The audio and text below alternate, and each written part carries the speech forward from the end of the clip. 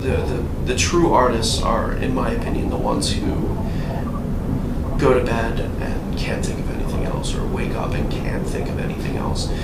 It's just what we do. It's not like somebody wakes up one day and goes, I want to be poor, and completely misunderstood. I tried to do something else with my life, and purely did not make anything for myself for about a year.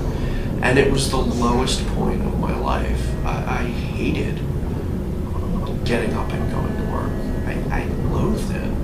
But I think that break was something that I really needed to affirm the idea that this is what I'm meant to do. This is what I'm built for.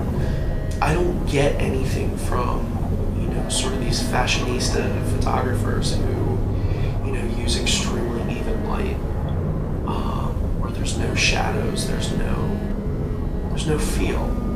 I've grown extremely tired of pristine imagery. I don't like it. Personal aesthetic. I like that reverence towards the medium. It's where the actions come in. It's where G.G. Allen comes in. Because the idea of piercing the flesh, the idea of suspension art, the idea of, using yourself as part of the medium, has always intrigued me.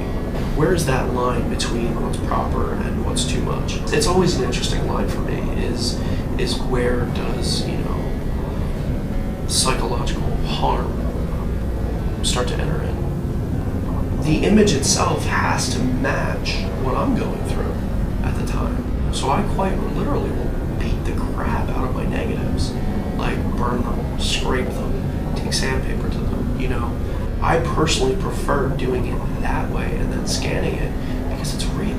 It's so much more visceral. It hits you down in the bones.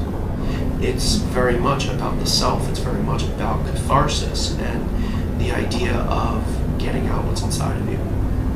But it's also relating it to a viewer. It's also that final presentation of, does this solve something for someone else as well? In American culture, we're very much about suck it up, don't show, don't crack. How can I translate to these people that it's okay to feel this way? And that's what I really strive for, is that sort of relation to the cutter, to the person who's dealing with whatever. That is my job.